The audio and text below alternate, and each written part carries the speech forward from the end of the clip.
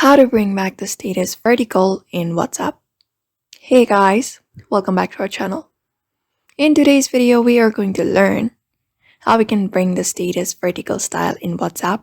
So without any delay, let's just jump right into the video. First thing is make sure your app is updated to the latest version so that you won't be having the horizontal status. So you can go to the search bar and search for WhatsApp. And once you've done that, you can just go ahead and update your app to the latest version.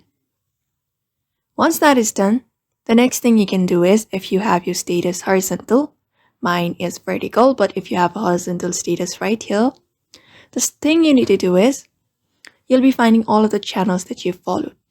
So you need to manually go to each of the channel available from your horizontal line. And once you are here, go ahead and tap on this follow button and unfollow each of the channel from your WhatsApp. So do that for each of the channels that you're following from your horizontal status. And once that is done, you should be able to bring the status vertical style in WhatsApp latest update. So that is how you do it. So I hope this video was helpful to you. And thank you for watching this video.